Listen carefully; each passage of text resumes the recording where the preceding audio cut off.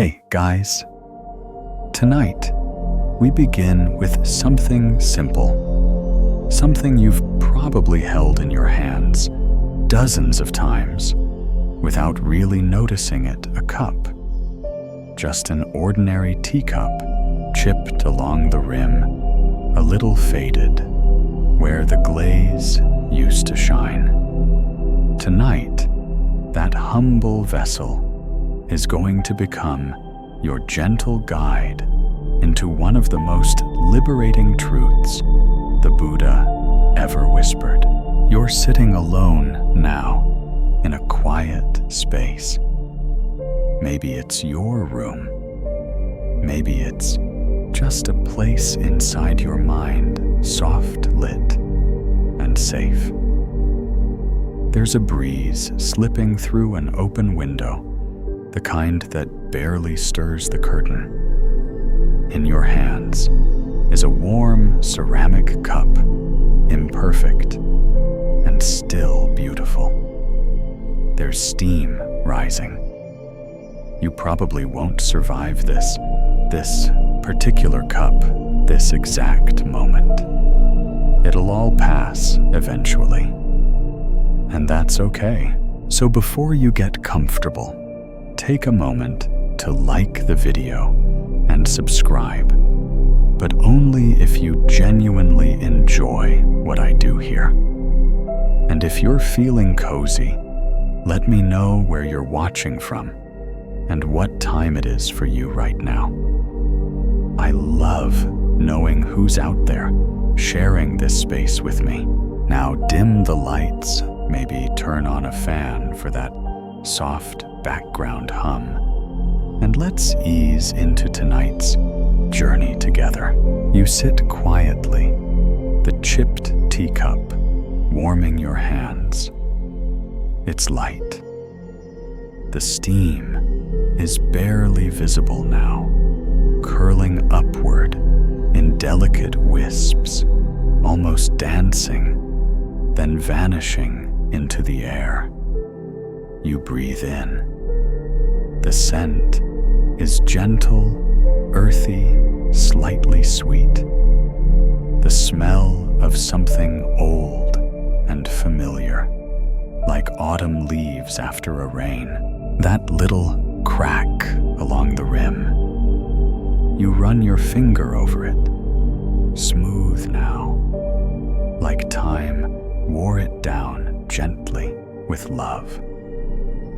Isn't it funny how we treat broken things as lesser until we're the ones who feel cracked, and suddenly we want others to see our beauty anyway? The teacup is still whole, still useful, still beautiful in its own soft-spoken way.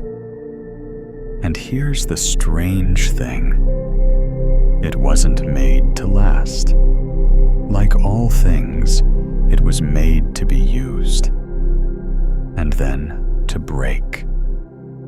That's its nature.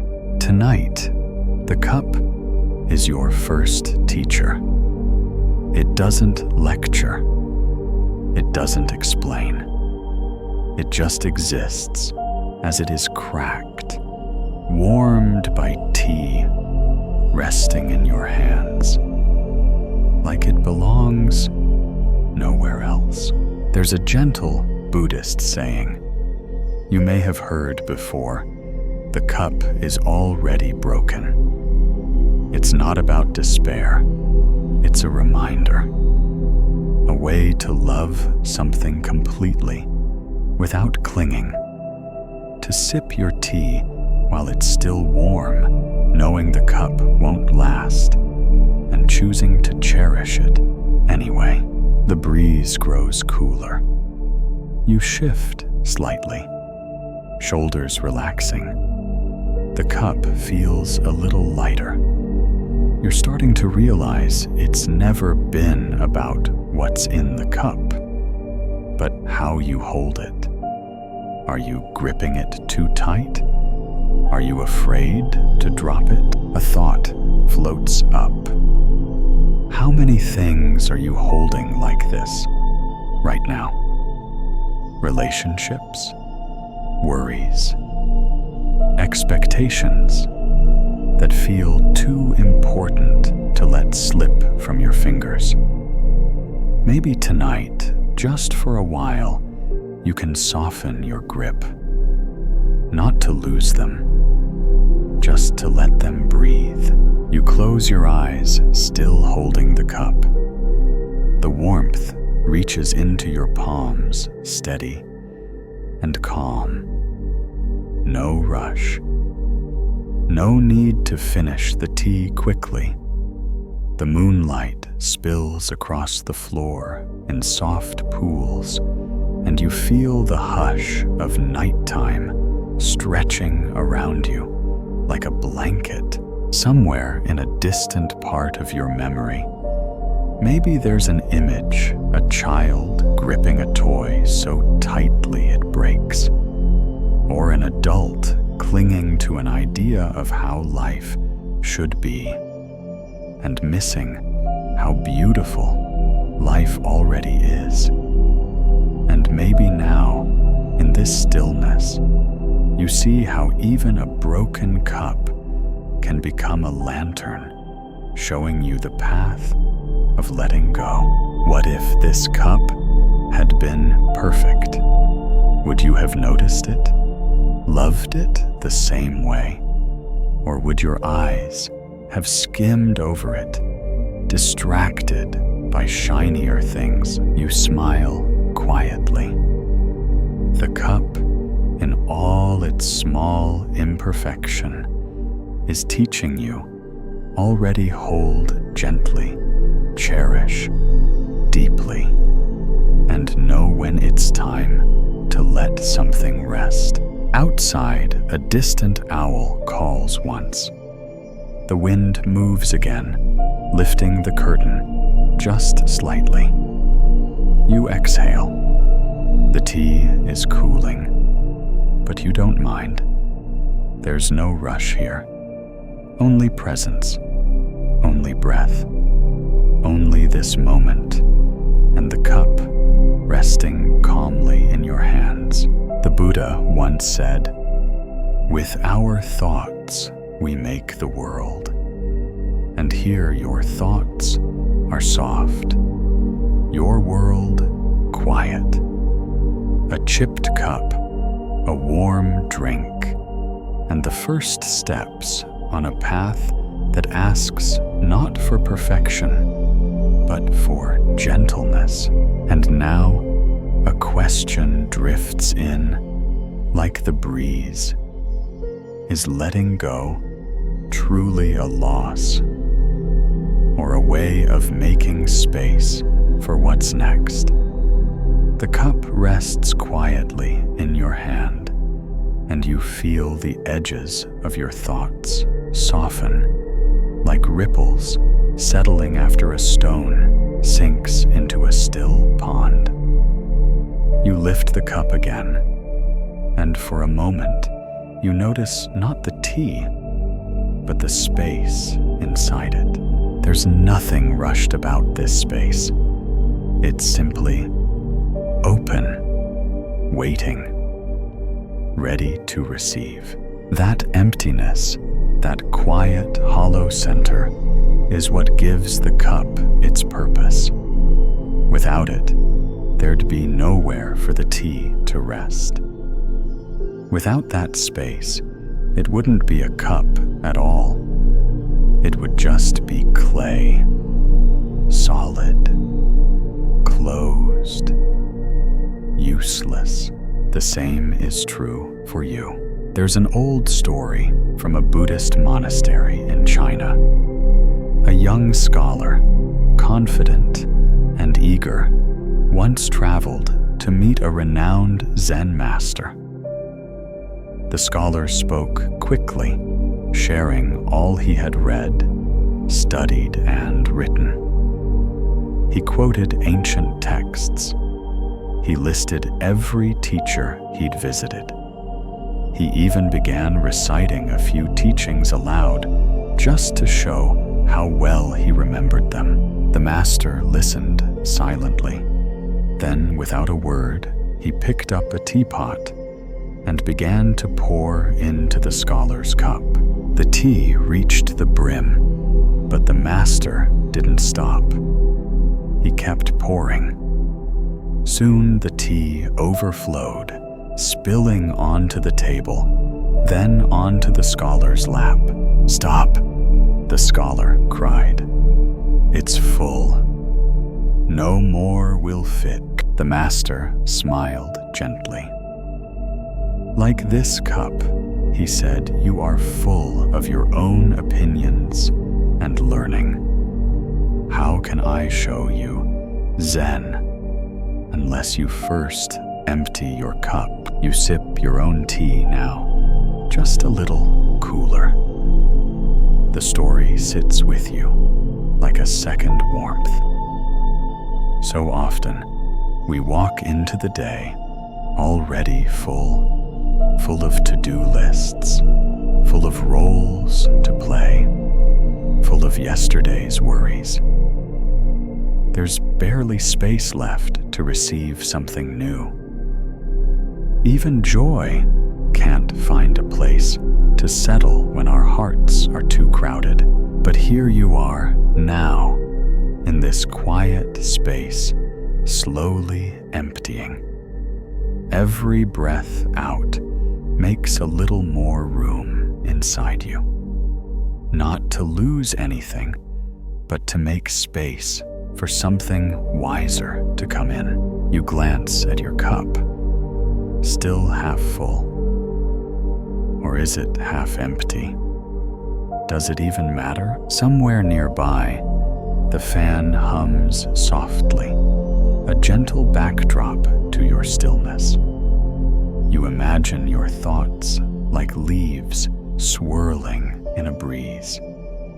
They don't need to be forced away, just observed and allowed to drift down one by one until the mind is as open as your cup. There's a subtle teaching here, one whispered across centuries of gentle teachers and silent monks. Emptiness is not nothingness. It is openness. It is possibility. It is the space from which all things arise. Without the empty space inside the cup, the tea has no home. Without the pauses between your thoughts, insight has no place to land. You remember now the words of the Buddha. Form is emptiness. Emptiness is form. At first, it sounds like a riddle. But now, holding this simple cup, you begin to feel it. You are not defined by what fills you. Not your job, not your fears, not your plans. You are in truth, like this cup, made sacred by your openness, your willingness to be with what is. And so you breathe again, a little deeper this time. Maybe you didn't even notice how shallow it had been. There's something liberating in being a cup that doesn't need to be full all the time. Something calming in knowing you don't have to hold everything. Some things can pour right through you. Grief, expectation control, and still you remain whole. You think back to a conversation you had once, maybe years ago. Someone poured their heart out to you. Maybe you didn't know what to say, but you listened. You held space. And that was enough. You were, for that moment, an empty cup. And that offering changed everything. Now you smile quietly. Not the wide kind of smile, but the small, steady kind that lives in your chest and doesn't need to be seen. Outside, a dog barks faintly in the distance, and the moon casts its pale light across the floor. The shadows shift slowly, like thoughts passing in sleep. You're still here, still breathing, still holding your cup, and then, gently, a question arises. What in your life might be waiting for you to empty your cup just enough for it to finally enter? Steam curls upward again, delicate and slow like breath in winter air. You watch it rise, thin ribbons of warmth against the cool night. You don't rush this moment, you just watch. The steam is subtle, almost shy. It sways and vanishes, sways and vanishes. Each wisp dissolving before it can be held. It's such a small thing, really. A quiet dance of heat meeting air. But the longer you watch, the more it seems to echo something deeper, like a soft truth whispering through the stillness. Your thoughts are just like this steam. You sit the cup gently balanced in your palms and let that truth bloom slowly. So many times you've tried to stop your thoughts, haven't you? Pressing them down, chasing them away, telling them to be quiet. But what if, like steam, they were never meant to be stopped? What if the mind, like the teacup, was only asking to be held with care, not emptied forcefully, but allowed to settle? You breathe in again. There it is, the swirl of a thought, maybe about work, or a message you forgot to send, or something you said earlier that you keep replaying like a scene in a movie. You don't push it away, you just notice. You watch it curl upward, just like the steam, and then it's gone. In Buddhism, there's a gentle phrase: mind is like the sky. Thoughts are clouds. No cloud ever harms the sky. It passes. It changes. The sky remains always open. Tonight, your thoughts are clouds. Or maybe steam. Or maybe leaves on a stream's soft metaphors to remind you that nothing you're thinking right now needs to define you. You can observe without being pulled. You can notice without being owned. There's an old folk image from Burma about a monk who sat each morning beside a kettle, simply watching the steam rise. For 30 years, he did this. Every day, before chanting, before breakfast, before teaching. He called it his reminder of nature's wisdom. When asked what he saw in the steam, he answered quietly, "I see how everything rises, dances for a while, then disappears. I don't need to hold it. It teaches me how to let my thoughts be thoughts." You shift slightly in your seat. The weight of the day loosens like a coat slipping off your shoulders. There's a comfort in knowing you don't have to control everything that arises within you. The steam doesn't ask permission to rise. and it doesn't apologize when it fades. It just is. And that's enough. Sometimes, at night, your mind might race.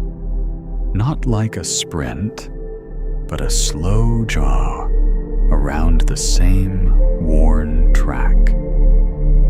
What if I'd done it differently? What if I don't finish that task tomorrow? What if they misunderstood me and yet none of it lasts? Every thought, no matter how sharp or sticky, eventually melts like steam on cool air. The Buddha once said, "As rain penetrates a house with a broken roof, so desire enters a mind not cultivated." But you aren't broken tonight. You're cultivating the opposite of desire. You're cultivating awareness, noticing, gentle, watching. You're making your mind a shelter, not against rain, but against reactivity. You take another sip. The tea is warm, mellow now, slightly cooler than before, still soothing. The flavor doesn't rush you. It unfolds slowly, like petals in morning light, and something in your chest softens again. Isn't it funny how we try so hard to be productive, even in meditation? We sit and expect results. We breathe and want calm. We notice thoughts and demand silence. But you can't rush steam. And you can't rush stillness either. Tonight, maybe you don't need to achieve peace. Maybe you just need to make room for it. Let the thoughts rise. Watch them. Let them fade. No commentary, no judgment, just steam and breath. The fan in the corner hums softly. The rhythm is steady, like an ocean far off. It rocks you a little, even if you're not moving. You start to notice how stillness isn't the absence of movement. It's the presence of balance. In the distance, a car rolls by, then fades. Like steam, like thought, like every sensation that comes and goes. You wonder gently if you didn't chase your thoughts or fear them, what would they become? What might you learn just by watching them rise and disappear? The cup is still in your hands. The warmth has changed, slightly cooler, but it's still enough. Just like you, the tea master lived on the far edge of Kyoto, in a quiet house pressed up against the hills. People often missed it. The path was narrow, half covered by moss, and the gate leaned ever so slightly to one side. There was no sign, no scroll, no indication that inside lived someone who had once poured tea for emperors. He was old now, gentle in movement, thin as a reed. His eyes held the kind of stillness you only find in a pond, untouched by wind. But those who came to see him, pilgrims, monks, tired travelers, spoke not of his past honors, but of a single moment.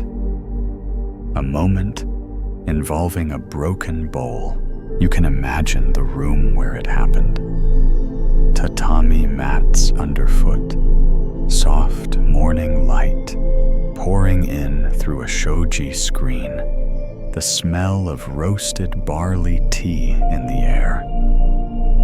The master kneels with perfect ease, as if the earth rises to meet him. His guest, an anxious young man, is stiff, uncertain. His fingers fidget. Tea is poured. The aroma lifts. For a moment, everything feels timeless, and then a slip, a clatter. The bowl falls. It cracks. A clean line from rim to base, like lightning caught in ceramic. The guest gasps, bows low, stammers apologies, but the master only smiles. He picks up the bowl with both hands and traces the crack with his finger. Ah, he says, it has finally become real. The bowl from that moment on became his favorite. He drank from it daily. He even repaired the crack with gold lacquer, not to hide the wound, but to honor it. You sip your own tea now, the image settling into your mind like a feather on still water. The master's bowl had value before the break, but afterward, it had truth. This is the essence of the Japanese art of kintsugi, repairing broken pottery, not to disguise the damage, but to celebrate it, to make the cracks part of the story, to say, yes, this was broken, and now it is whole in a different way. Isn't that what we're all doing? Learning to hold the pieces of ourselves without shame. Learning to pour tea into bowls that have known both wholeness and fracture. The Buddha once said, just as a goldsmith removes impurities from gold, so too should one patiently remove defilements. But here's the thing, those impurities, they aren't proof of failure. They're proof of living.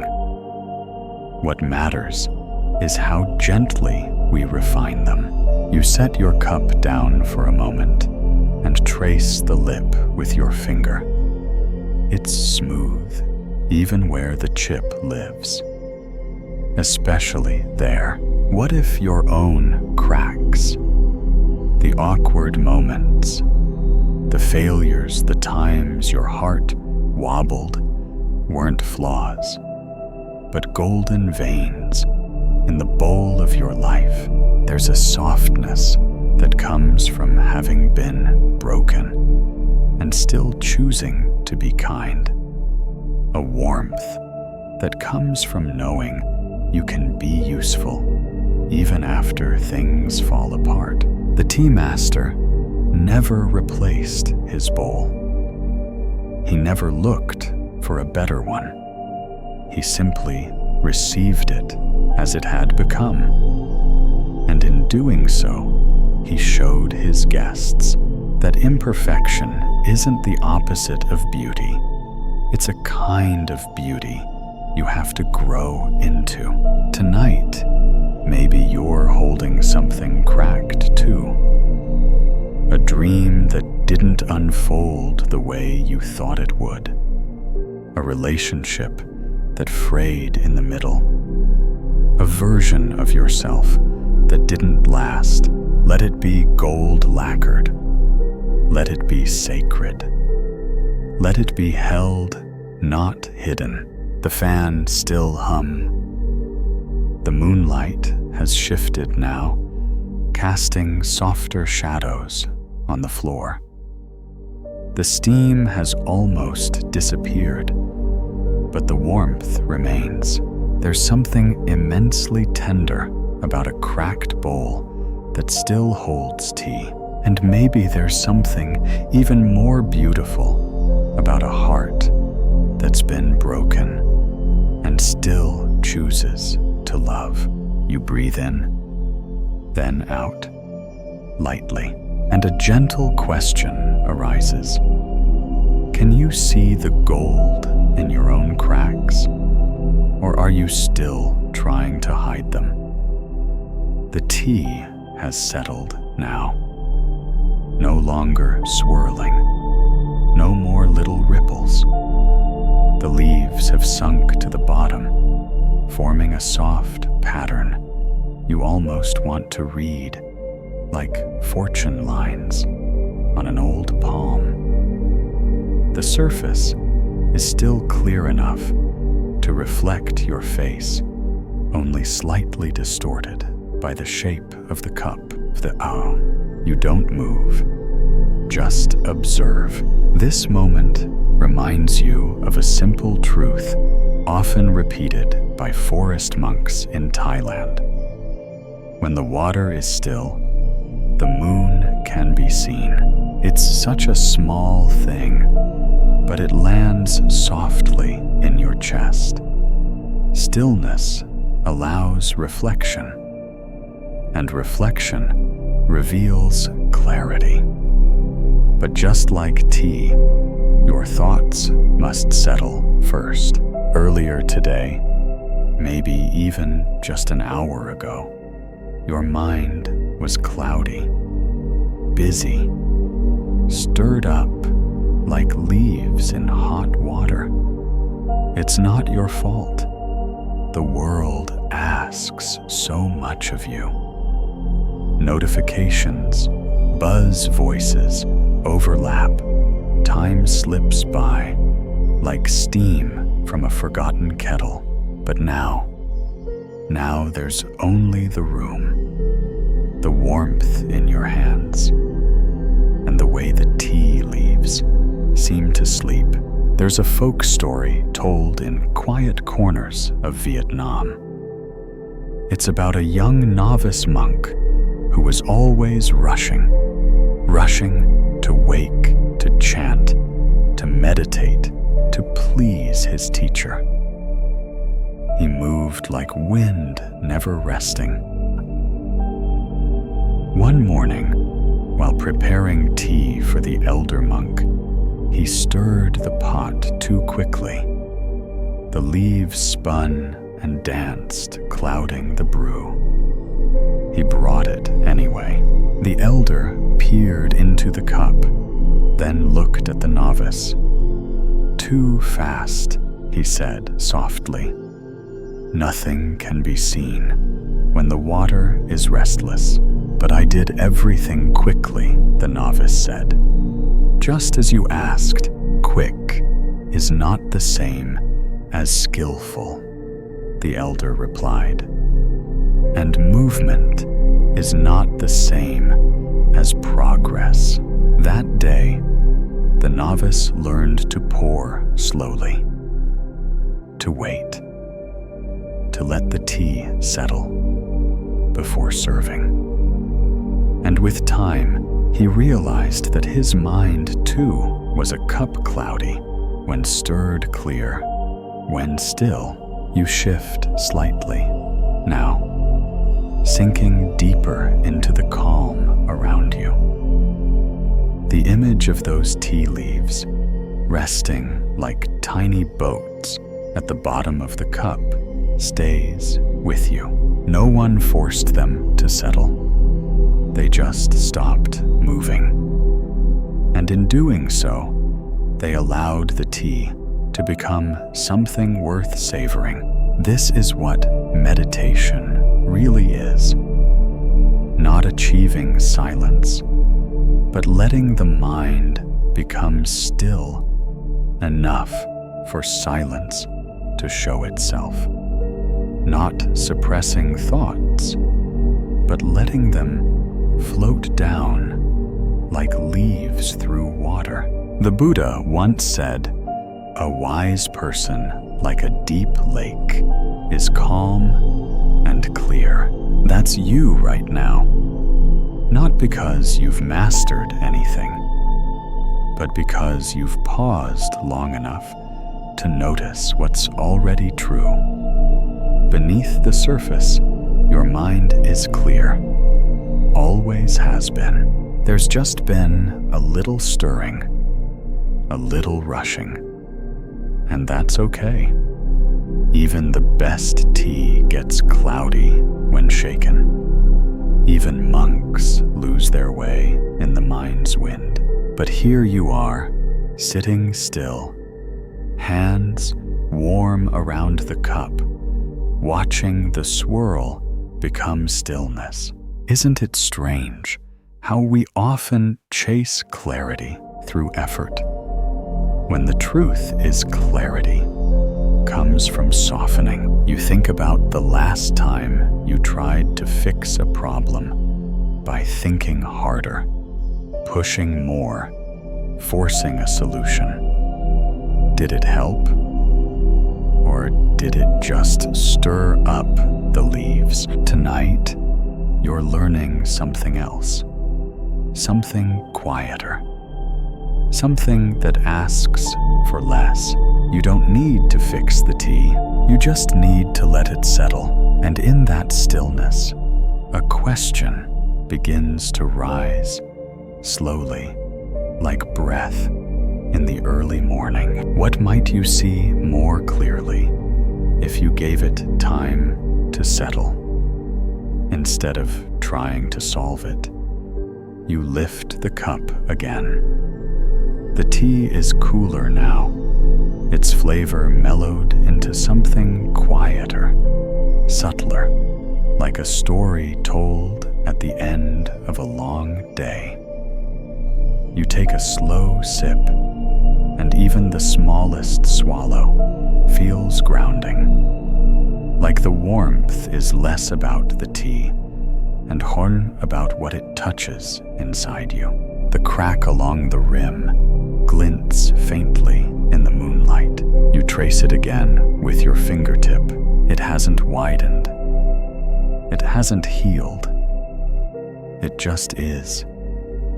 Still holding tea. Still whole in its own imperfect way. And tonight, maybe that's enough. The Buddha once spoke a simple, powerful truth. All compounded things are subject to breaking apart. That includes this cup. That includes this body. That includes everything you've ever loved. And yet, somehow, we forget. We hold on to things, moments, people, memories, as if they should last forever. We tighten our grip, hoping that effort alone will keep the cup from cracking. But tonight, with the weight of the day sliding off your shoulders and the hush of night wrapped gently around you, something in you begins to loosen. Maybe the cup was always meant to break. Maybe everything is. There's a quiet parable told among the forest monks of Laos. A novice once found an old cup buried beneath a fig tree near the temple grounds. It was beautiful, simple, balanced, hand thrown with care. The novice took it everywhere. He cleaned it after every use. He placed it in the safest spot by his bedside. But one night, as he reached for it in the dark, his elbow nudged it off the table. It fell. It cracked clean through. The novice wept. His teacher heard and sat beside him. The cup was already broken, the elder said. The novice looked at the shattered ceramic. But it wasn't. He whispered. Yes, the elder replied. In your heart, you wanted it to stay. And that's where the breaking began. The story rests in you now like a feather, drifting down inside the chest. What if nothing is meant to stay unbroken? Not because life is cruel, but because change is the only thing honest enough to stay. You breathe slowly. So many things in your life have cracked before. Friendships that faded. Plans that didn't go where you hoped. Even parts of your self-image, shards of who you thought you should be, and still you're here, still holding the cup, still capable of sipping warmth, still open to new moments, even knowing they too may pass. Letting go is not rejection. It's recognition. It's seeing things as they truly are, not as you wish they'd stay. You look at the cup again and smile, not out of sadness, but out of reverence. The crack does not ruin the tea. The impermanence doesn't ruin the experience, it makes it precious. Imagine if everything stayed perfect, unchanged, untouched by time. Would anything still feel sacred? Would you still notice the beauty? The wind outside brushes the window, a gentle reminder that even the air is in motion. Nothing still, nothing clinging, and maybe that's the most freeing truth of all. You don't need things to last forever, to love them deeply. You just need to love them while they're here. The Buddha's words echo again, softer this time, like a lullaby. Whatever has the nature to arise has the nature to cease, and it's okay. The cup will break someday. You will too, but not now. Not this breath. Not this quiet sip of tea. This moment is still here, still whole, and you are still allowed to cherish it, even as it slips gently into memory. So now, with your breath as steady as the steam once was, you wonder, not fearfully, but gently, if everything is already broken. What might you finally allow yourself to fully enjoy before it's gone? The tea is nearly gone now. A few gentle sips remain resting above the settled leaves. You cradle the cup in both hands, not to drink, but just to feel the warmth against your skin. There's something kind about that, something simple and honest, holding warmth for its own sake, without rushing to consume it. Outside, the night deepens. Fewer sounds now. Just the occasional hush of wind through trees. Maybe the tick of your clock or your heartbeat, which by now has slowed to a soft, steady rhythm. You think back to a story you heard once, one of those quiet parables that doesn't raise its voice, but stays with you for years. It was about a sick traveler, weak from hunger, limping along a dusty road in ancient Tibet. He hadn't eaten in days, hadn't spoken to another soul in longer than that. At the edge of a village, he sat down by a well and closed his eyes, prepared to fade away without drama or complaint. But a young woman passing by saw him. She didn't speak. She didn't ask questions. She simply took the cup from her bag, a small, cracked thing with a faded red glaze, and filled it with warm barley tea from her flask. She placed it in his hands and sat beside him while he drank. That's all. No sermon, no grand gesture, just a cup of tea. The Messiah lived, of course, not because of the tea alone, but because someone had seen him, because compassion, poured into a humble cup, had reached where even medicine could not. You sip the last of your own tea and feel the edges of that story wrap around you like a shawl. The cup is nearly empty, but the warmth lingers. There's something deeply sacred about small kindnesses, not the big public acts, but the tiny ones, the quiet ones, the ones that no one else sees, except the one who needs them most. The Buddha taught, "If you knew what I know about the power of giving, you would not let a single meal pass without sharing." But what if it's not just meals? What if it's your attention, your patience, your silence, even your tea? You think about someone in your life who might need that kind of compassion. Not advice, not fixing, just a warm cup offered without expectation.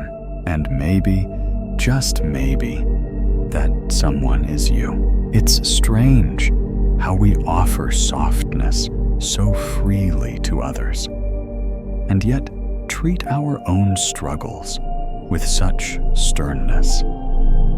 You'll tell a friend, it's okay to rest while whispering to yourself, keep going, you're behind, but not tonight. Tonight, you drink from the same cup you'd offer someone else. You allow yourself that sip of compassion, and in doing so, you start to notice how many people along the way have offered you their warmth, perhaps quietly, perhaps imperfectly, but real and meaningful. A teacher who listened, a friend who stayed, a stranger who smiled when you needed it most. You carry all of those moments like drops in your own cup, and now you can begin to pour from them, not because you have everything together, but because love doesn't wait for perfection. Love just shows up with a cup in hand. The cup doesn't need to be flawless. The tea doesn't need to be fancy. The act of offering simple human steady is enough. Outside, the wind rustles the leaves again. The same way a soft hand brushes back hair from a tired forehead. You breathe in, you exhale, and a question stirs gently in your mind, not as a demand, but as a whisper. Who do you quietly carry warmth for?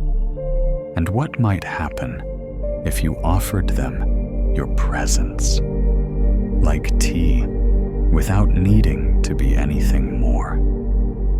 You let the empty cup rest on your palm, now feeling its slight weight shift with each breath. It's strange, isn't it? How something so small, so simple, can teach you more than an entire bookshelf of advice ever could. Your fingers, almost without thinking, tighten a little around the cup's sides.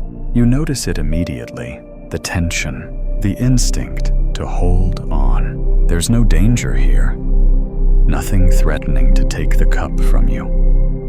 And yet, your hand tightens, just a little. Maybe it's muscle memory. Maybe it's how we're wired to cling, to hold tight, to preserve what we value. But now you do the opposite. You loosen your grip. You feel the shift, the quiet sigh that moves from your fingers to your shoulders, down into your chest. You don't drop the cup. You simply stop gripping it, and suddenly, everything feels easier. You remember a phrase from a monk in Sri Lanka shared once in passing during a quiet temple visit.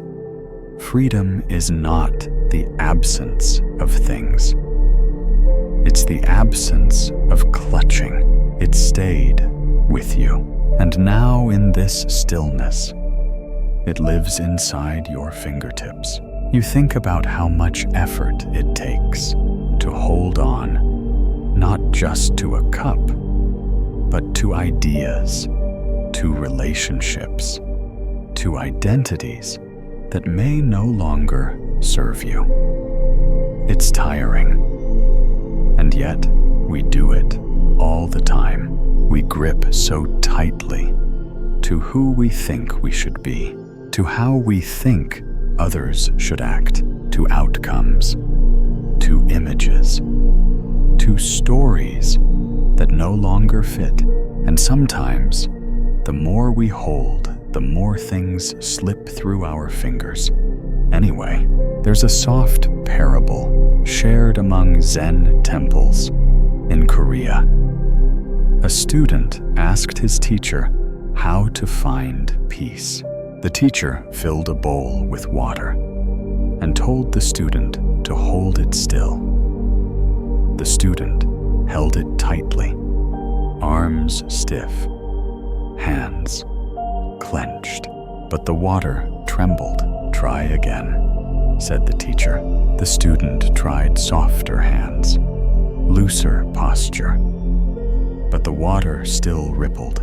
At last, the teacher smiled and said, "Peace is not found by holding tighter. Peace is what returns when we no longer stir the bowl." You glance down at your own hands again. The cup sits there gently now. No pressure, no tension, just contact. It's enough. The Buddha taught. Attachment is the root of suffering. But tonight, you feel the nuance in that teaching. It's not about denying your love for things. It's about loving without fear, holding without gripping, allowing without owning. You reflect on something from earlier today. Maybe a moment when someone said something that stung, or when a plan didn't unfold the way you wanted. You held it, didn't you? Replayed it, analyzed it. Maybe you're still holding it now. But what if, just for tonight, you allowed your heart to loosen its grip, not to forget, not to deny, just to release the need to control what cannot be controlled? There's a quiet freedom in that. Like slipping off a backpack you forgot you were carrying. You take a breath, slow and deliberate. And with it, you imagine the tension draining from your fingers, your shoulders, your mind. What remains is just presence, just tea, just the soft weight of the cup resting lightly in your hands. And here in this breath, you realize something. Letting go isn't the end of love. It's the beginning of peace. Outside, a soft creak from the cooling walls. The fan's steady rhythm hums like an old lullaby. Your body feels heavier now in a good way, as if gravity is reminding you where you belong. The cup is still warm, though barely. It doesn't need to stay hot to be meaningful. It doesn't need to be full to be enough, and neither do you. A quiet question surfaces, now soft as wind through tall grass. What are you holding tonight that you might simply loosen, not drop, not break, just release and let it rest on its own? The cup has cooled now. Its warmth is just a memory, resting faintly in the ceramic. You set it down beside you, careful not to let it clink too loudly. Even sound tonight feels sacred, like a ripple in a still pond you don't want to disturb. And yet, in this softness, your memory brings forward a gentle story, a tale that's waited patiently in some quiet corner of your mind. The story of the monk who lived among the misty pines. He was known in his village simply as the Gentle One. No name needed. His presence was enough. He walked slowly, like he had nowhere to be, and yet always arrived exactly when needed. He carried almost nothing. No shoes, no bag, just a small wooden teacup carved by hand and worn smooth with use. People would often ask why he hadn't replaced it. They offered him new cups, porcelain ones, with intricate designs, gifted by visiting nobility. But he always smiled and shook his head. This one, he would say, knows my hands. One day, a traveler visited the village, burdened with grief. He sought the monk, desperate for wisdom, healing anything to lighten his heart. They sat together beneath the pines. The monk poured tea from a pot that had been steeping in silence. As he passed the wooden cup to the traveler, it slipped, fell to the ground, and cracked clean in two. The traveler gasped. The monk simply looked at it, his face neither startled nor sad.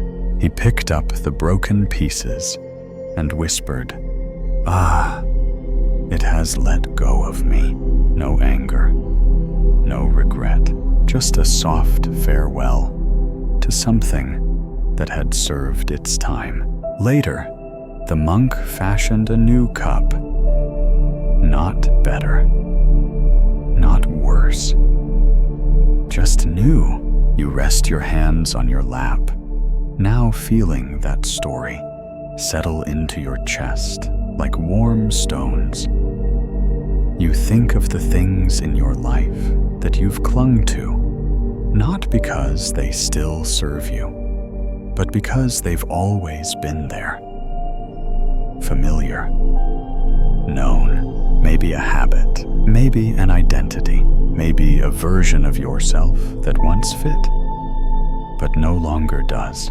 And maybe, just maybe, those things aren't asking to be gripped more tightly.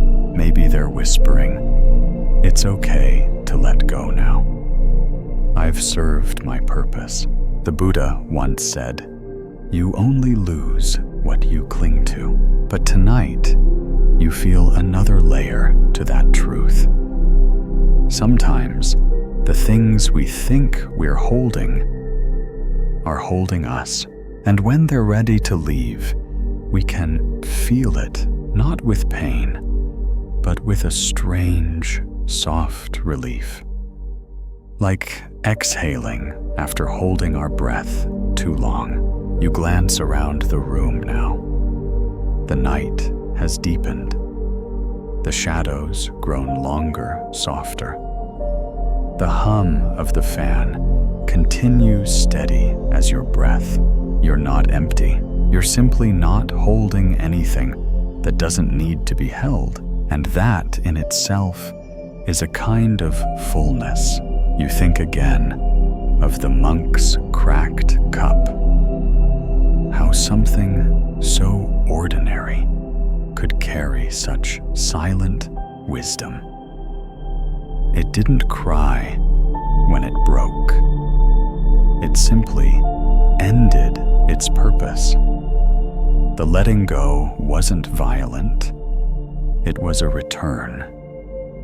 A bow, a sigh. Perhaps that's what peace really is, not clinging to what was, but bowing to what is. You place your hands gently on your thighs, palms open to the air. Nothing to carry now, no lesson to force, just presence, just breath, and one gentle question, floating in like mist through pine trees. What in your life is quietly trying to leave? Not in anger, but in peace. And can you let it go with gratitude? The cup sits now on the low table beside you. It's empty, but in that emptiness, something glows. A stillness, a presence.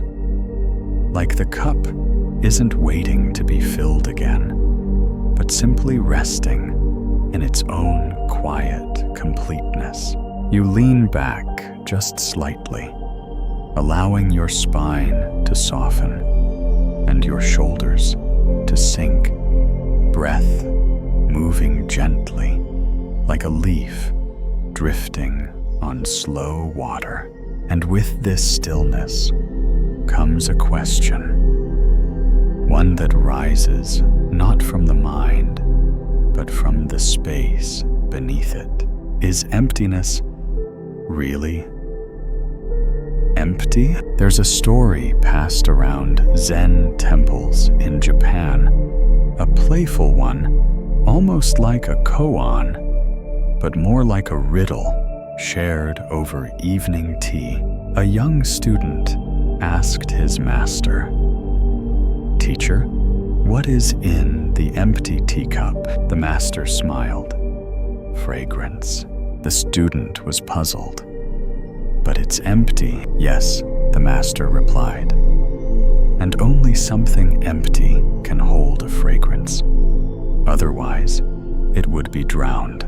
The student, not quite convinced, leaned forward and sniffed the cup. There it was, the ghost of jasmine, a wisp of warmth, the memory of what had been held. Later, the student would learn that the cup had not been washed clean in haste. It had been rinsed gently and left to dry in sunlight so that its emptiness could preserve a trace of what it once offered. You look at your own cup now, and suddenly you understand. Emptiness is not absence. It is spaciousness. It is potential. It is the room where something new might enter. So often we fear emptiness. We rush to fill it with noise, with work, with scrolling, with plans. But the teachings of the Buddha remind us, emptiness is the track on which the cart moves. Without the empty space, there is no path. You take a slow breath and feel how emptiness lives in you too. In the pause between your thoughts, in the silence between one heartbeat and the next, in the soft gap between this moment and the one just before it. There's peace in that pause. Not a lack, but a fullness of a different kind. A kind of sacred waiting. A readiness without grasping. You remember now another image. A mountain cave, vast and dark. Not frightening, but vast.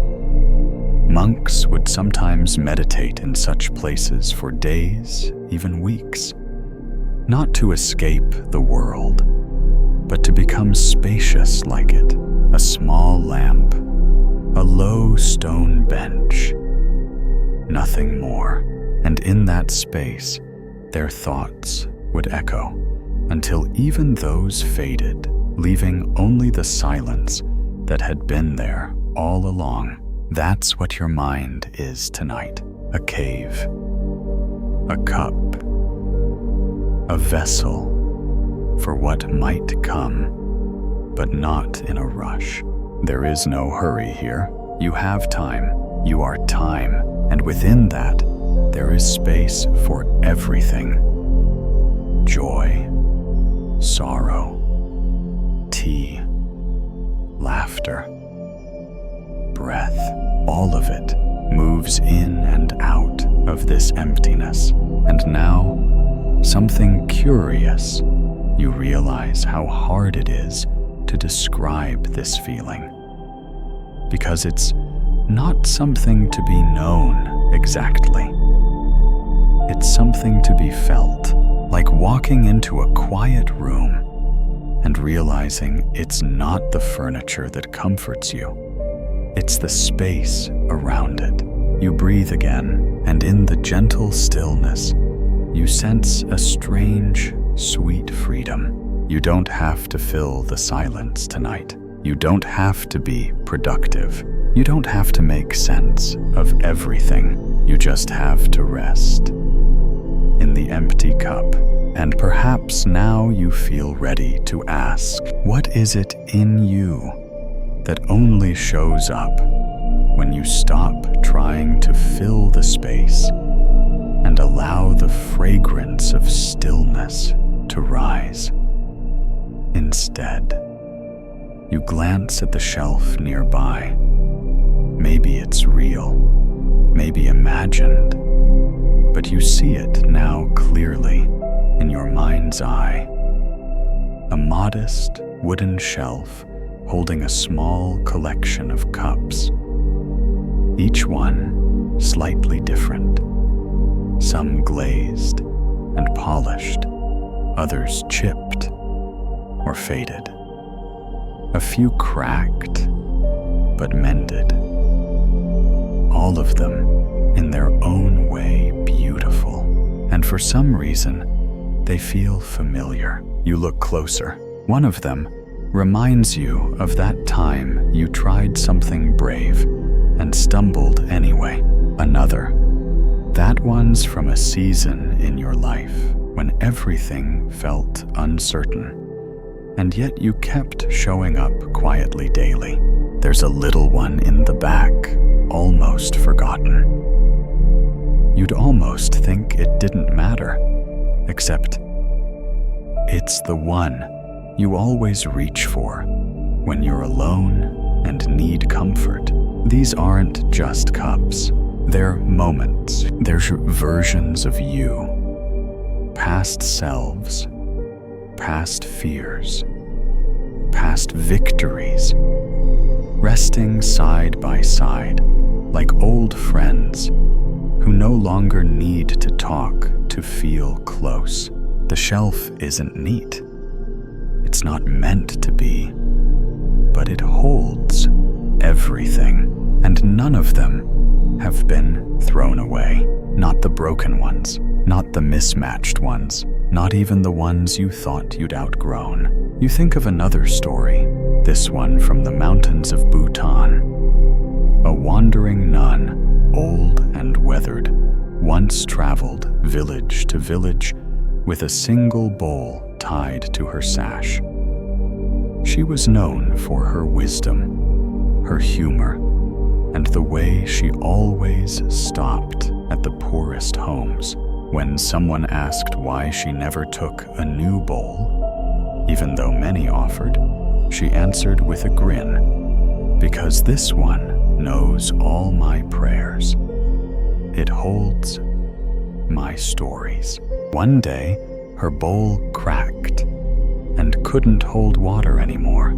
She didn't cry. She placed it on a small ledge near a river where other travelers could see it.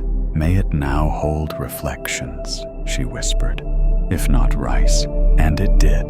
To this day, pilgrims pass that spot and still see the bowl half sunken in moss, catching rainwater and moonlight in equal measure. You smile now. There's something deeply healing about honoring the parts of you that have cracked and not trying to fix them out of shame, but to include them in your life's shelf, like the shelf of cups beside you, like the quiet places in your memory that still hum with warmth, even if you never told anyone about them. The Buddha taught, if you do not tend to your past, it will tend to you. But tonight, you are tending gently, not with regret. With reverence, you are remembering, not to relive, but to reconnect. To see how all these imperfect moments formed the soft scaffolding of your life. You are the shelf. You are the cup. You are the hands that hold them both. You breathe deeper now, heavier, slower. Each cup on the shelf holds a story. Yes, but they also hold you. Who you were, what you learned, how you healed. And tonight, you don't need to judge a single one of them. Just dust them off. Let them be seen. Let them be enough. And with that, a final thought rises, more like a soft question than an answer. If every cracked cup on your shelf has brought you here, quiet, warm, awake, can you finally stop hiding them and begin to cherish their place in your story? Your eyes linger on one cup in particular, a small one, scorched slightly at the base. The glaze is darker there, as if it sat too long above flame. It doesn't shine like the others. It doesn't boast of beauty. And yet, something in it draws you. You pick it up in your mind and hold it. There's weight in it, not heaviness, just presence. And as you cradle it, an old lesson gently returns to you. A cup that's been near fire holds stories that others cannot. You think of the times when your temper flared, or when someone else's did. Of the sharp words, the clenched silence, the tears that cooled into numbness. And you think, not with regret now, but with honesty. Anger is like boiling tea. It always spills if left unchecked. There's a story shared by the Theravada monks of Thailand, one passed quietly in forest monasteries. It's about a young monk who couldn't let go of his anger. Every time something went wrong, a burnt pot of rice, a mosquito bite, a missed bell, he'd scowl or snap or go silent for hours. One day, his teacher took him to the kitchen and set a pot of tea to boil. They sat in silence. As the steam rose, the water bubbled, then churned, then hissed. It rattled the lid. It spilled over. The master didn't move. Finally, the younger monk said, "It's boiling too hard. Shouldn't we take it off the heat?" The elder looked at him and said simply, "You just described your own mind." The lesson was simple. Anger unattended becomes dangerous, not because it is evil, but because it cannot be contained. It overflows. And unlike tea, it leaves burns that do not comfort. The Buddha once said, "Holding on to anger is like grasping a hot coal with the intent of throwing it at someone you are the one who gets burned. You think about that now as you trace the edge of the scorched cup. How often do we hold the heat, hoping to aim it at someone else, when really, it's just scalding our own fingers? But here's the other truth.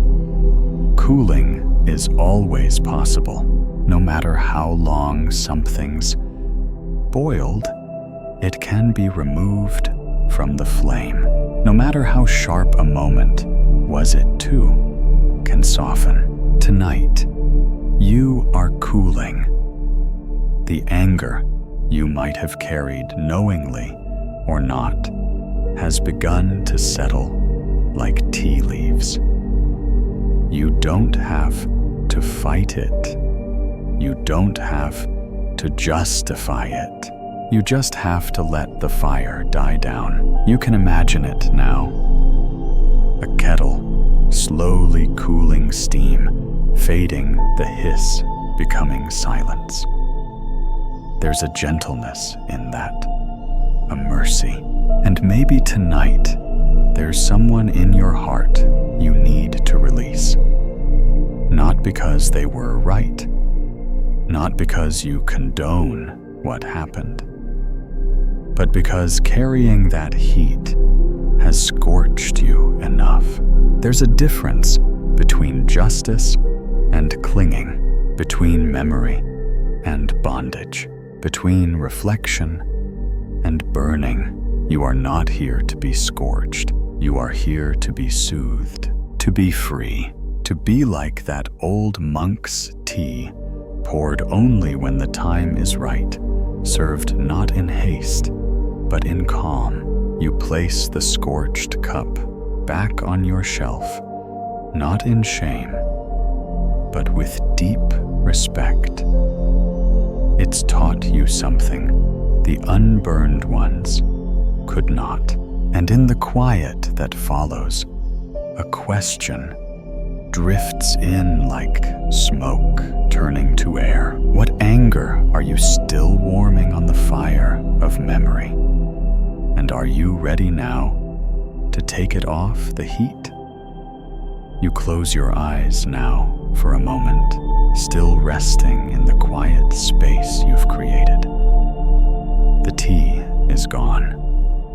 The cup is still.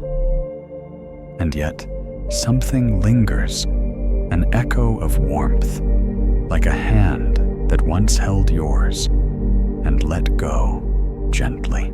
And now, a story rises. One of those soft, strange ones, whispered through temple halls, half fact, half magic. The kind that leaves a question in your heart rather than an answer.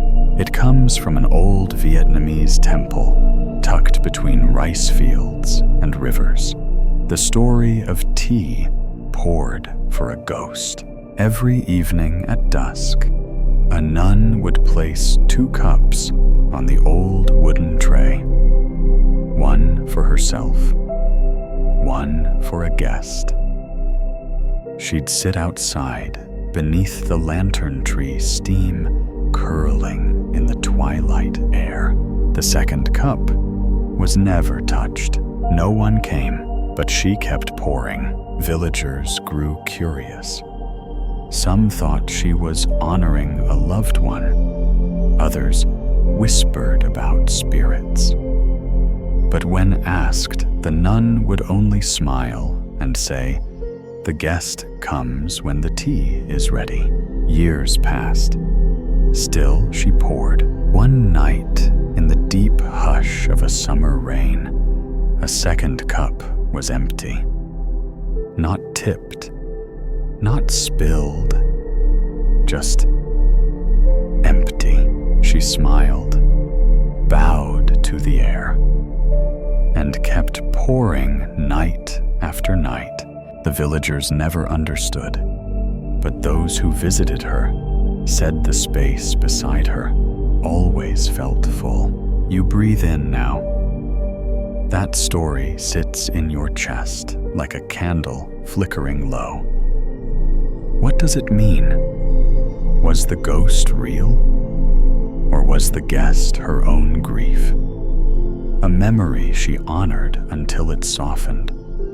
Or was it simply the presence of compassion, poured freely, without demand, without proof? The Buddha once said, "If you light a lamp for someone else, it will also brighten your path." And maybe that's what she was doing, lighting a lamp again and again for someone unseen. You think now about the spaces in your life that feel empty. A place at the table, a conversation you never finished, a goodbye that was too quiet or never said at all.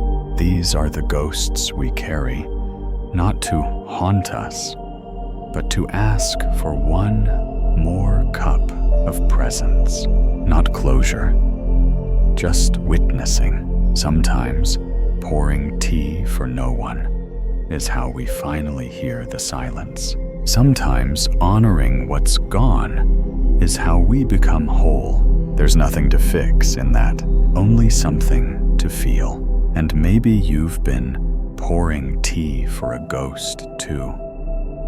Through your thoughts, through the way you return to a memory again and again. Maybe tonight, instead of asking it to leave you, simply bow to it, acknowledge it, let it sit beside you peacefully. And in that acknowledgement, something shifts. You feel a softness, a kindness, no resistance, no fear, just presence. Because presence doesn't ask why. It simply stays. You open your eyes. The room hasn't changed, but something inside you has. The cup remains where it is, and yet, somehow, everything feels full.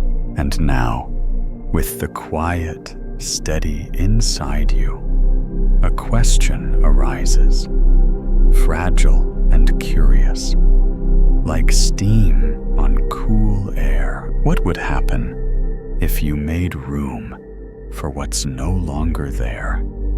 Not to bring it back, but simply to offer it peace. You sit a little deeper now, like your body has finally agreed to rest. The tea is long gone, the cup silent. Yet inside you, something continues to pour, not liquid, not sound, but something steadier. A quiet flow you can't quite name.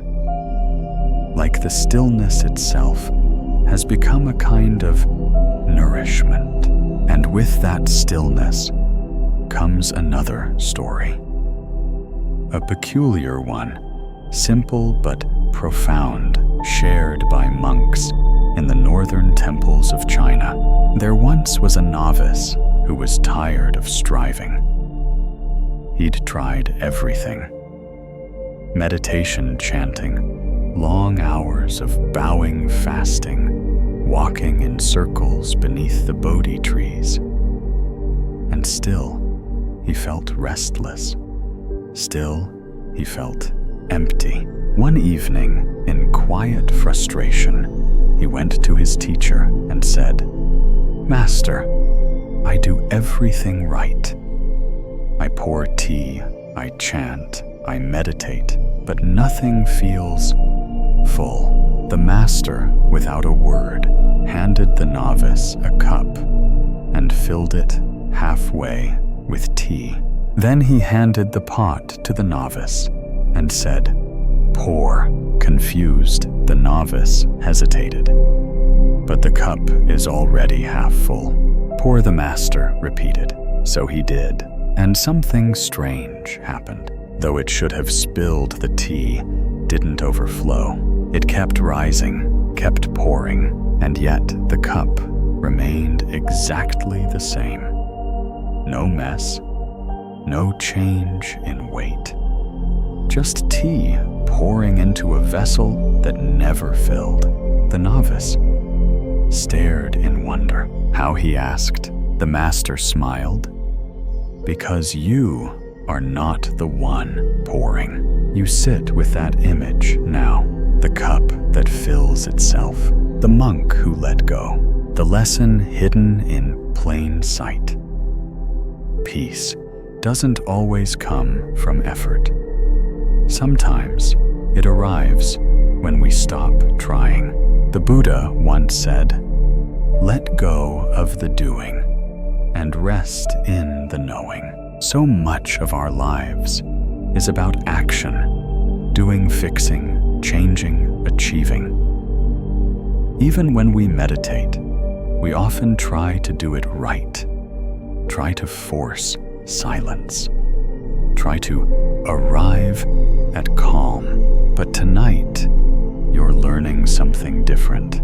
You don't need to strive for stillness. Stillness is already here. It's been waiting for you to stop pouring. You look down at your hands, open, empty, relaxed, not grasping, not resisting. And suddenly you understand. When you stop trying to fill the cup, you realize it was never empty. You were just looking for the wrong kind of fullness. Not more tea, more being. You remember a moment, maybe from childhood, maybe last week, when you felt full, without knowing why. Maybe it was standing in the sunlight, or hearing rain fall on the roof, or the simple comfort of clean sheets and a long sigh before sleep. No effort, just presence. That's what the monk found. That's what you find now. The world has its own way of pouring into you when you're open to receive, not reaching, not chasing, just allowing. You can feel it now. That gentle awareness, like breath on the back of your neck, like the breeze through an open window. It says, "You're enough, even now, especially now." And maybe, just maybe, this kind of cup was never meant to be filled with doing at all, but with being, with quiet, with compassion, with space. You close your eyes again. Feel the weightlessness of your hands. Feel the room around you, the silence, the stillness, the slow drip of peace. And then the question, softer than a whisper, but bright like moonlight. What if peace has always been pouring in? And it's only now that you've finally stopped long enough to notice. The room is still. The cup is still. You are still. But the stillness doesn't feel empty. It feels alive, like the surface of a lake at dawn, quietly reflecting the sky without effort. You're not doing anything, and somehow everything feels more present. You gaze once more at the cup beside you, its worn rim catching a sliver of moonlight. And now, a curious thought floats through you. Is it really you who lets go of the cup? Or is it the cup that lets go of you? The idea sits strangely at first like a stone dropped into a stream. But then, as the ripples clear, something deeper begins to emerge. What if letting go isn't something you do, but something that happens when the holding no longer makes sense? You recall a story told once in a Bhutanese monastery about a monk who journeyed for years with the same simple cup, a small clay thing molded long ago by a village potter. He carried it carefully, tied in cloth, protected from jostles and cracks. He drank from it each morning with reverence. It became part of him, his companion, his ritual, his quiet joy. But one winter evening, as he crossed a stream, the cup slipped from his robe. It rolled down the icy stones and shattered. He stood still, water rushing around his ankles, but he didn't cry. He bowed, and then softly he said, "Ah, it no longer needs me. Not I've lost it, not why did this happen, just recognition that the time of holding had passed, that the cup itself had been let go, not by force, but by quiet timing." You look at your own life now, at the things you've held, the identities, the roles, the titles, the relationships, maybe even the grief. And you wonder how many of them stayed long after they needed to, not because they asked to, but because you didn't know it was okay to release them. The Buddha spoke of this subtly, in a teaching often overlooked. The wise person carries a boat to cross the river. But once the river is crossed, the boat is not carried further. What a relief that is, to know you can put the boat down. To know that letting go isn't failure. It's movement. It's listening to what no longer needs your grip. Sometimes the letting go doesn't come with trumpets or tears.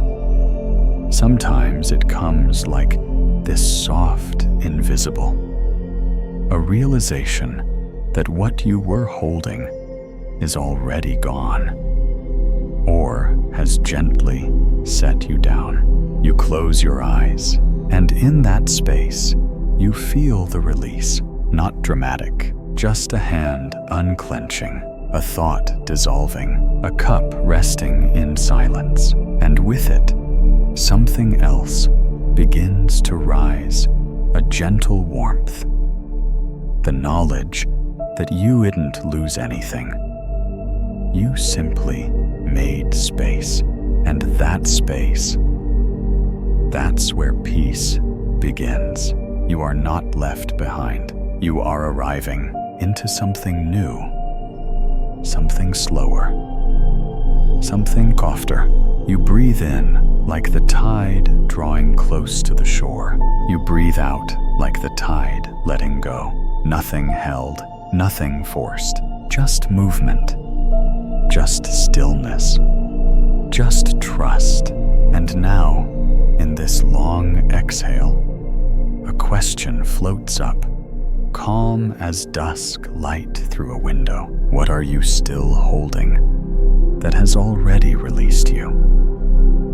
And is it time to lay it gently down? The cup is empty now, not just of tea, but of warmth, of story, of all the quiet wisdom it's been offering you tonight. You rest it on the table with care, almost reverence. It's done its part. No more pouring, no more sipping, just being. And then you notice something subtle. A single drop remains at the bottom. It catches the light, barely. Just a shimmer. Like the last echo of a bell, long faded. You lean forward slightly and watch that drop. It doesn't move. It doesn't demand. It just waits. And somehow, that tiny bead of tea carries the whole weight of the evening. There's a saying among Zen teachers in Korea: the last drop is the first truth. You sit with that. Let it swirl softly in your mind. The last drop is always different. It carries the quiet conclusion of a journey. It isn't rushed. It doesn't belong to the thirst. It belongs to the presence. You remember another story, this one whispered during a retreat in the hills of northern India. A teacher stood before a small group of students and poured tea into a bowl. Slowly, mindfully. As the bowl filled, he asked, "What do you see?" "Tea," they answered. He nodded. He tilted the pot again. One more drop formed, hesitated, then fell, and now he asked. The students were silent. The teacher smiled. Now the tea is whole. That final drop made it complete, not because of quantity, but because of closure, because of the soft art of finishing. You look again at your own cup. That last drop still sits there, still glimmering in the quiet light, and you feel something stir within a soft sadness, not heavy, but reflective. The kind that comes when you know something is ending. A moment, a thought, a day. The Buddha once said, "Just as a candle burns down, so too does life burn moment by moment." But he didn't say it to alarm. He said it to awaken, to remind you that each moment, no matter how small, matters. Even the last drop, especially the last drop. You breathe in, and then slowly exhale. How often do we chase beginnings while rushing through endings? How often do we gulp the tea, but ignore the last sip? But tonight, you don't rush. You don't need to. You simply notice. The way endings like this drop hold all the teachings that came before, not summarized, not explained, just held complete and quiet. There's something deeply graceful in accepting an ending without struggle. Not shutting a door, but letting it close gently behind you. And in that stillness, you wonder, how many last drops in your life have you skipped over? The final words you never spoke, the goodbye you didn't pause for, the evening light that faded while you looked the other way. But tonight, you see it, the beauty of completion, not with drama, with dignity, with presence. And so you sit still, the cup before you, the drop unmoved. You're not trying to capture it. You're not mourning it. You're simply with it. And in that space, the question that arises is gentle, soft as breath. What endings in your life are asking not for closure, but simply to be witnessed as the last drop quietly finds its rest? The drop has dried now, not disappeared exactly, just returned to air to memory, to something softer than form. The cup sits silently on the table. Its work is done. And now, so is yours. You lean back just slightly, and in your mind, you walk to a small shelf. Not a literal one, more like a space inside you. A quiet corner where memories are kept, not as burdens, but as gentle offerings. Like teacups placed with care, this is the shelf of remembrance, not of pain, of peace, of all the things you once carried close and have since set down, not in sorrow, but in thanks. You glance along the shelf now. You see cups you forgot you even placed there. A chipped one from a time when you doubted yourself. One with a bright glaze from a season of growth. A smaller one, cracked through the center from a love that taught you something honest. And another, faintly gold along the seams, because you chose to heal it instead of throw it away. Each of them still there, not in use, not forgotten, just resting. This shelf is not dusty. It's not hidden away. It's like an altar, quiet, open, reverent, and you start to see something remarkable. These moments, these cups, they don't ask for anything. Not resolution, not explanation. Just a place to rest. That's what letting go really is. Not throwing something away, but giving it a place where it no longer has to be held. The Buddha once said, "The past is already gone. The future is not yet here. There's only one moment for you to live." And yet, even that one moment is shaped by the quiet memory of others. Your shelf is not a weight, it's a warmth. It's how you remember that you've been many things, lived many lives within this one. And yet, here you are, whole, soft, breathing. You think of a friend you once lost touch with, but who taught you laughter. A place you used to visit as a child, long since changed, but still alive in your bones. A book that comforted you during a hard year, even though you never finished it. All cups, all held, all placed gently on the shelf of memory. You don't need to relive them. You just need to honor them, like that nun in the story, who kept her cracked bowl beside the river, not as a relic, but as a witness.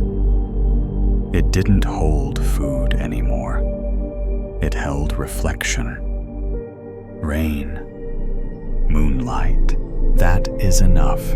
And maybe now, with your breath long and deep, your body softened into stillness, you can say thank you to those memories, not clinging, not aching, just thank you. The shelf of your life will continue to grow. Cup will come. Some will stay.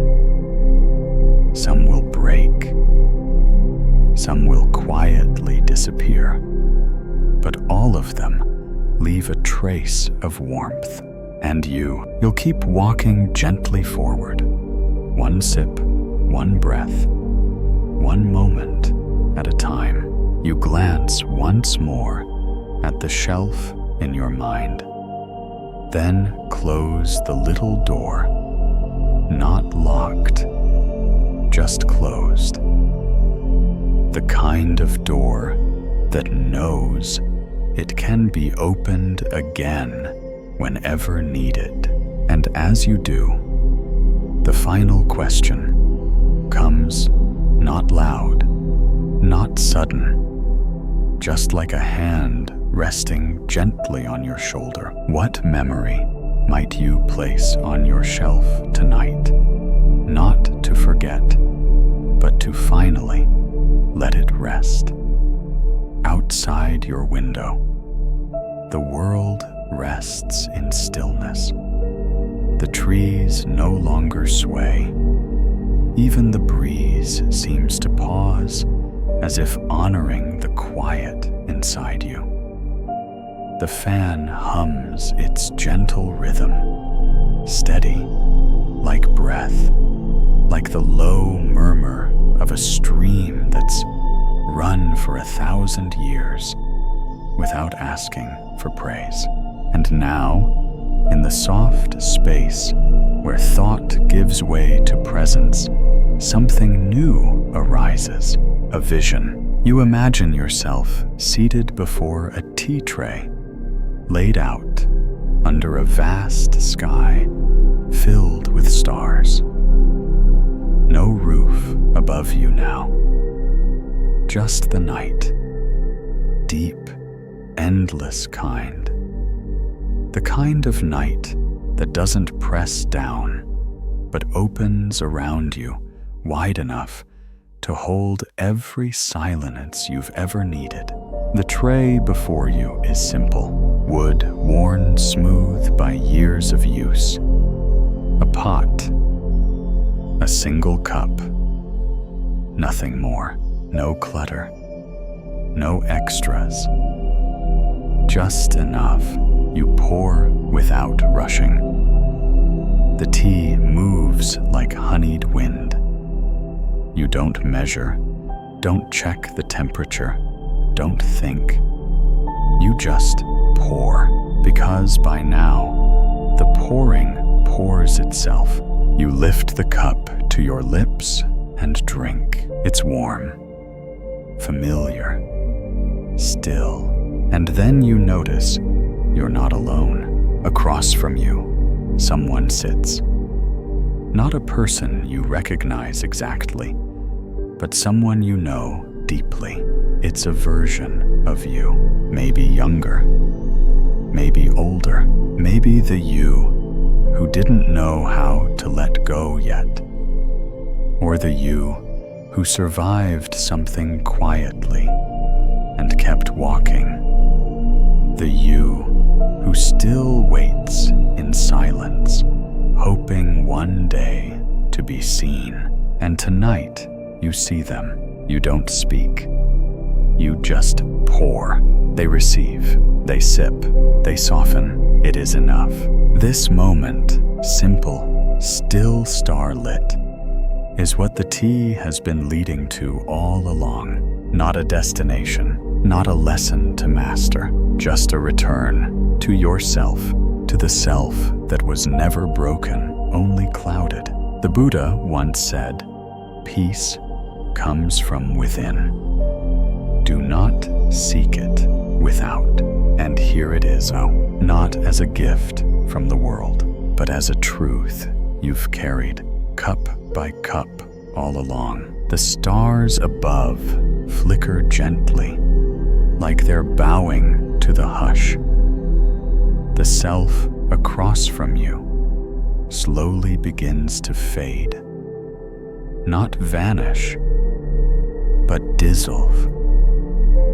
Return to where it always was, inside you. And now, there's just the tray, the cup, the sky, and the quiet awareness that everything served has been received. Everything needed has arrived. You rise from the tea tray slowly, not leaving it, but walking with it. It comes with you now, always, not in your hands, but in the way you breathe, the way you pause, the way you carry your next moment, with the gentleness of a warm cup between your palms. And as you take that step, the night whispers its final question. One you can carry long after the stars fade. If life is always offering you the perfect sip for this moment, will you be present enough to taste it? You don't need the cup anymore. It's done its work. The stories have been told. The steam has faded. The last drop has dried. And yet, something within you feels fuller than ever, as if each emptying became its own kind of filling. Your hands rest softly now, palms open, fingers slightly curled, nothing held, and still nothing missing. The room around you is hushed. Even the silence feels layered now, like it carries all the moments of tonight in its stillness.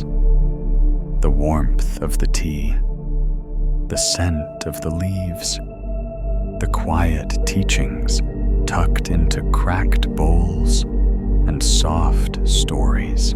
And you sit in the middle of it all, whole, soft, unburdened. There's a truth that sinks deeper than words. When there's nothing left to hold, there's nothing left to spill. And what peace there is in that. No more balancing, no more clinging, no more wondering what might break if you aren't careful. Just presence, just breath, just the quiet, open space of being. You recall a final image now, one you may carry with you from this night forward. It's from a small Zen temple in the countryside of Korea. Tucked into a corner of the meditation hall sits a single teacup, glazed in a pale, moon-colored hue. It is chipped on one side, the rim uneven. No one drinks from it anymore, but no one removes it. Each evening, the monks light a single candle beside it. They do not explain why.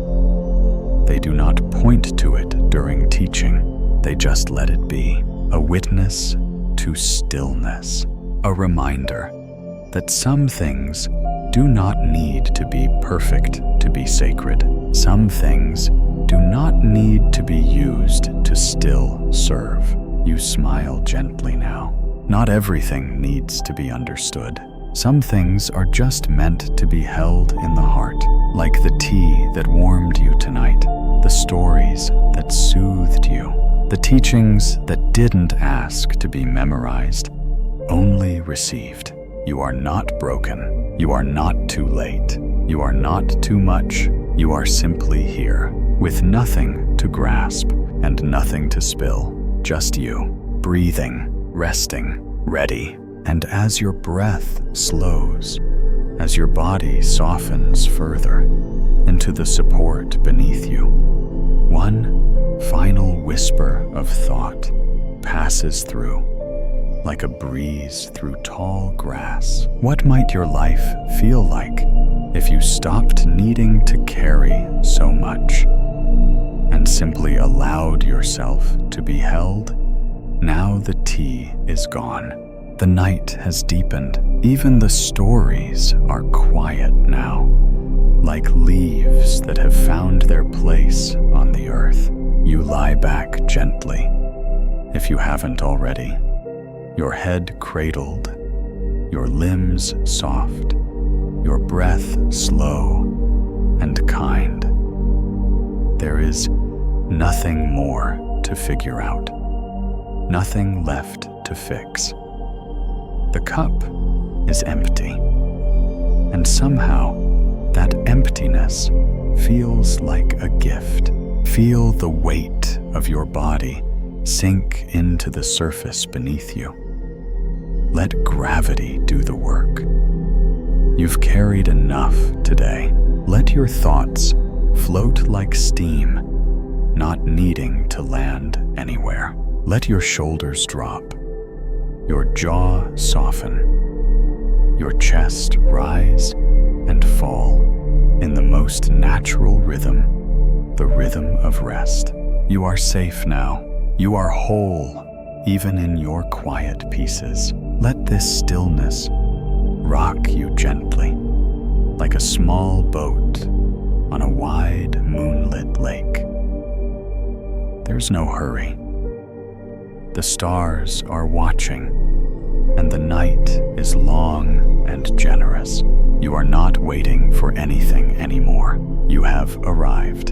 And as the last traces of wakefulness begin to dissolve, feel the comfort of everything you've heard tonight, settling into your being, not as noise, but as calm, not as thought, but as peace. You don't need to remember every word. Your body remembers, your heart knows, and sleep is already reaching for you with the gentlest hands. So rest now, beloved listener. Sleep deeply, sleep sweetly, sleep like someone who has nothing left to hold and nothing left to spill. You are enough. You are safe. You are home.